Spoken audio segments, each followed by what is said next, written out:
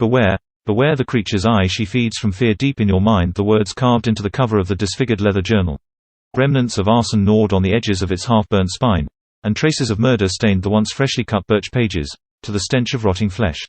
The inspector closely examined the warning on the cover under fading light of his candle. Too hard to be penetrated by quill, yet the engraving lacked the precision of a blade. The madman had dug his own nails into the book, as if the warning was for himself. The inspector paced uneasily across his office, his thoughts overshadowed by the thundering storm raging outside, and the demonic wails from the jailcell. The cries belonging to the once brilliant zoologist Doctor Hal, who now was held charged for the murder of his colleagues and the destruction of his own blown-up laboratory. The inspector had involved himself with the most horrific killers and arsonists on the streets of his crime-infested city. Yet, there was just something about this case that haunted him. As if his investigation was shadowed by a sinister omen. His grip held tightly on the journal found in the mad doctor's possession upon his arrest. If the doctor kept his sanity long enough to maintain his conducts as a scientist, he would have recorded all his findings and observations. And his journal would be the key to unraveling the mystery. The inspector considered himself a logical man. His logical mindset was a powerful and reliable tool he utilized to uncover his previous cases. Yet he could not explain why he shuddered at the thought of the dark secrets he would uncover on the doctor's findings. Tea, his assistant offered, with an anxious gaze. Please, he replied, as his fingers slowly slid under the front cover to reveal the first page. I sense this night has much to offer. 10th August 1889. Upon my expedition in the sub-Saharan deserts, I happened to come across an archaeological discovery. I found myself in what seemed like a burial chamber, surrounded by strange symbols and drawings. Possibly hieroglyphics from the language of an ancient kingdom. At the center of it all was what appeared to be the most curious statue I'd ever seen. I initially thought it to be a deity of an old civilization, a mythological goddess. A human-like body, 6 arms positioned as if ready to pounce onto a prey, with its spear-tipped claws. The body swarming with what appears to be eyelids, mapped out like blood vessels. All eyes shut. All but one, the giant eye that envelops its entire face, from the right corner of its forehead to the left center of its chin. Stretched open as if it were a python swallowing its prey whole. Within the eye, a set of 3 pupils and 3 irises, streaking across like claw marks. 3 precise pinholes in the pupils jabbed through the head. Archaeology is beyond my field of studies. Statues and discoveries of such would be nothing worth recording in my reports. Yet something about this figure seems almost organic. As if it were once a living being. Or rather, still is. I simply cannot rule out the possibility that I've discovered a new prehistoric species. As faint as the possibility may be, I must be certain. It will be taken back to my lab for further analysis. The 17th of September 1889. The subject is truly fascinating. We've been working tirelessly, running numerous tests. The stones show properties of both fossilized carbon and decomposed tissue. Yet it still seems too intricately preserved to not be a man-made structure. These may be the thoughts of a man showing first signs of becoming senile, but I could have sworn the statue was broken into more and smaller fragments when we first discovered it. A self-joining material perhaps. If that were the case, my discovery could truly revolutionize the future of the modern world. The inspectors noticed the end of each following entry appeared to contain a tally. 53 he counted beneath the first, second and third entries. The number at first seemed to remain a constant pattern, until a following entry ended with 52, then 49 a few entries later, until slowly reduced to 45. The 7th of October 1889. My suspicions were correct. There are fewer and fewer fragments on the stone, and the remaining pieces appear to be growing. The subject is self-healing. The material it consists of is indeed a self-repairing one. It appears to have a memory of its own to return to its original form. If anything, this further supports my theory that this was indeed once a living being. Or perhaps, still is. The archaeologist's letters were folded between the blood-stained pages, the bleeding ink blended among the red. The inspector closely observed each mark on the page, reading carefully between the fragments that remained intact, decrypting as much of the message as he could make out. My dearest friend, hope this letter reaches you well. I'm writing to inform you that I've deciphered the inscriptions at the site of your discovery. ... The language is in fact Aramaic, and I must say, they're of a rather sinister nature. ...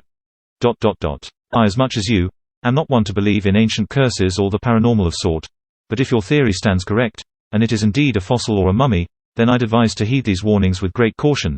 Inscriptions you found at the burial site speak of a most terrible creature who lingers in the shadows, and feeds off fear and insanity. Legend goes, these creatures are the reason we fear the dark.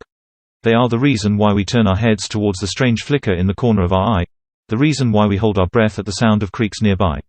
They are the reason why we search the corners of our homes for monsters, why we glance back at the empty corridor, waiting for something to appear. Humankind never needed such instincts to survive in the natural world, but we evolved to protect ourselves from creatures of her kind. They called these creatures Terrafaclan, or loosely translated, insanity eater, mouthed the inspector. A sudden gust barraged through the window without warning, extinguishing the flames of the dying candles. The inspector shielded the notes with his body from the onslaught of rain pelleting though, and heaved the lever shut. The storm outside raging stronger, as if cowering in fear at the words that left his mouth. If he believed him to be true, then this would mark the sign of a sinister omen. He continued through the journal under the fading traces of moonlight through the window. The 10th of October 1889. I've identified the material, and my first guess was correct. The subject appears to be an exoskeleton of some sort. Perhaps I've spent too much time with the subject, or my friend's message has my mind playing tricks on me. But it's the most peculiar thing. If I stand close, my breath seems to echo back to me from within the subject. And if I listen carefully, it's almost as if I can hear it calling my name. Inspector. He froze at the ghostly whisper in his office. He could sense it. It wasn't merely the murmur of the wind. Something had entered the room. He held his breath and slowly shifted his gaze onto the figure before him. "Your tea, sir, made you a strong cuppa to plow through the night. You gave me quite a fright." He chuckled. "Didn't hear you come in." "Well, you left the door open, sir. Thought you'd be expecting me." He raised an eyebrow at his assistant, gesturing his confusion. He hadn't left his desk since he began reading. "Thank you," he said firmly. "Now I must continue without further disturbance. So please, don't forget to close the door on your way this time." "Didn't forget, sir. I know how hacked off you get about it." The inspector immediately dismissed the thought of an unearthly phenomenon at play. He couldn't let his assistant's carelessness compromise his logical mentality. He took a few deep breaths to regain his focus and continued through the journal. The 2nd of November 1889. I've named the subject Eve. Though I regard myself and my methods rigorously logical, my reasoning on this instance simply do not concur. Just as the periodic table fell into place in Mendeleev's sleep, this name simply appeared in a vivid dream, one I cannot recall having. Eve, the mother of all mankind. Whatever this creature once was, I may be the first to have discovered her kind. I only await my good friend's word of confirmation. One thing I failed to notice before, it seems to have a second eye open on the lower back of her neck. I'm not sure how I missed it. After many thorough inspections I ridicule the thought, yet cannot help but wonder if somehow the subject's Eve's eye was in fact closed from the beginning and had only just opened now. Silence. The unearthly cries from the jail cell came to a sudden halt. Had he grown tired of the screaming? No. Something felt wrong. Disturbed by the lingering suspense, the inspector beckoned his assistant to check upon the mad doctor, before he continued deciphering the archaeologist's second message.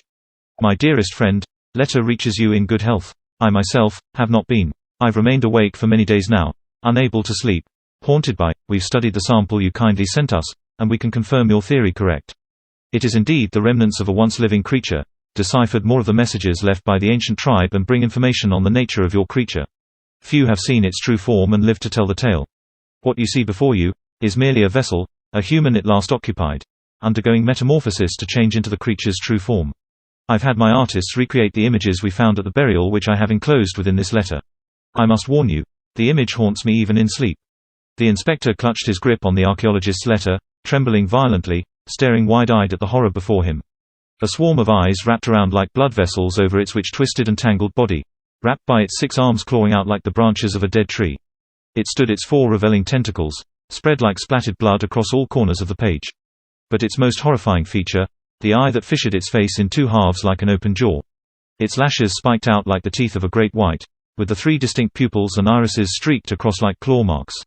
The 12th of November 1889. Another eye has opened. I now realize the subject is neither mummified nor a fossil. She's alive. His mug shattered on the ground as the inspector was thrown back, mortified by the horror of the next entry. She's in my dreams, she's in my dreams, she's in my dreams, she's in my dreams, she's in my dreams, she's in my dreams, she's in my dreams, she's INMY dreamshes and MYDREAMSHE, SINMYDREAMSSHE, SINMYDREAMSSHE, SINMYDREAMSDREAMSHE, SINMYDREAMSSHE, SINMYDREAMSSHE, SINMYDREAMSDREAMSHE,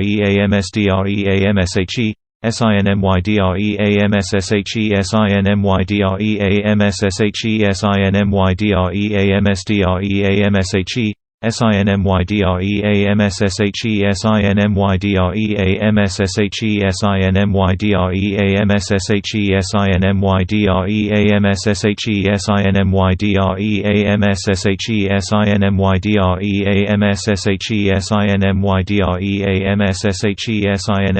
SINMYDREAMSSHE, SINMYDREAMSSHE, SINMYDREAMSSHE, SINMYDREAMSSHE, SINMYDREAMS.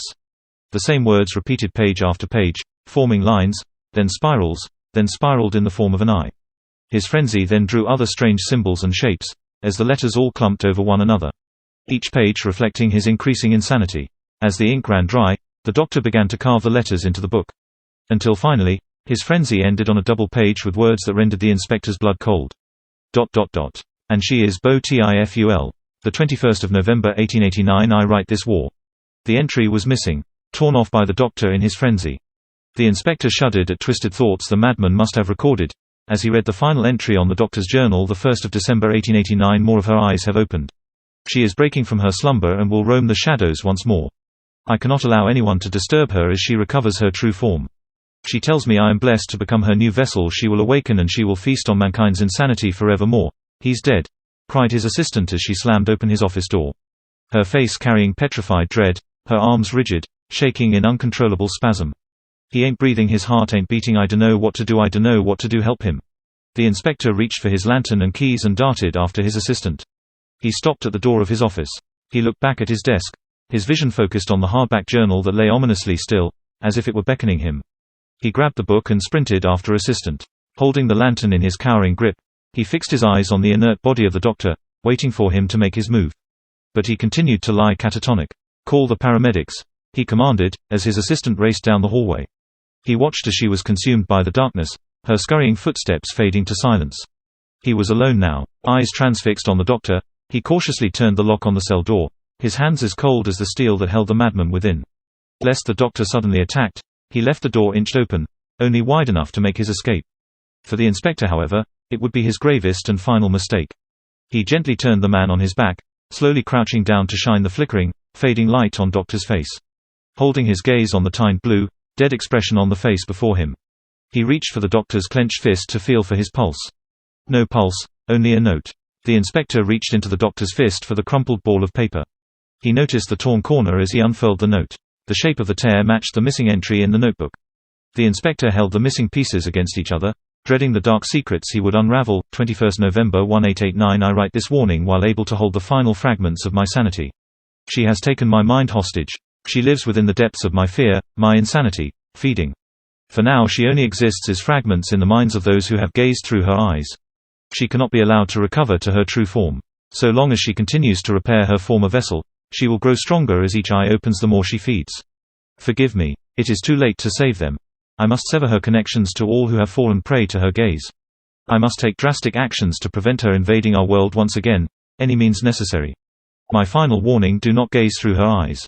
It uses its eyes to trap its prey and latch onto their minds. Once her eye is embedded into its host, she hooks herself in the victim's brain, and projects herself in the shadows, triggering fear and paranoia within her victim, feeding off the insanity. Those who gaze through the holes pierced through her eyes, fall mercy to her grasp. She's taken control of my mind, and she's had me draw her image in the book. Do not look through the image, even that which holds the image of her eye. Too falls under her gaze. The final words echoed in the inspector. Overwhelmed by dread, he frantically flicked back page after page, back to where the insanity took its clutching grip on the doctor. Beware, beware the creature's eye. The warning droned repeatedly in his mind. It was there, hands quaking with tremors of fear through his veins as he fixed his wide-eyed gaze at the ink-bombed pages.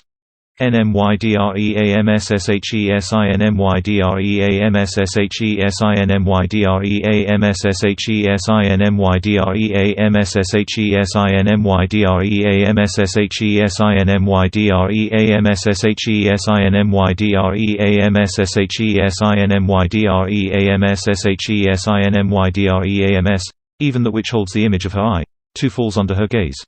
3 holes pierced through the dead center. The letters shaping to 3 distinct irises and 3 pupils, all slashed across from the right corner of the double page down to the left, taking the form an eye. Her eye. The inspector tore the pages of the journal, clawing away in frantic spasm. He dug his nails deep into the bloodstained pages and slashed his way through the book. He slammed down his foot repeatedly, fracturing its spine, crushing the clawed, hardback leather. With a final blood-curdling bellow, he smashed his lantern over the shredded remnants and set ablaze the cursed notebook. Gasping desperately for air, having escaped from drowning under waves of terror, his eyes flickered with the flames that engulfed the cursed ink and blood-painted pages of the journal. "Too late, Inspector," whispered the voice from within him. The doctor's body flung upwards, stretching and twisting into knots. Cracks appeared throughout, tearing his fibers open to reveal a swarm of eyes blinking furiously, rolling corner to corner in unison. His pale blue strained skin blackened into an abyss of shadow, and his face fissured its jaws open to reveal its eye.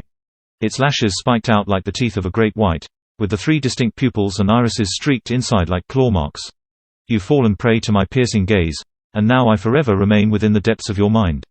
I am free again. I will be every shadow, every whisper of the wind, every sudden movement in the corner of your eye, every monster in every corner you look.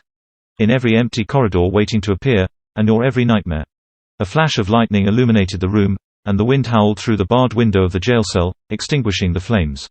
As the hungry darkness consumed the final flickering traces of light.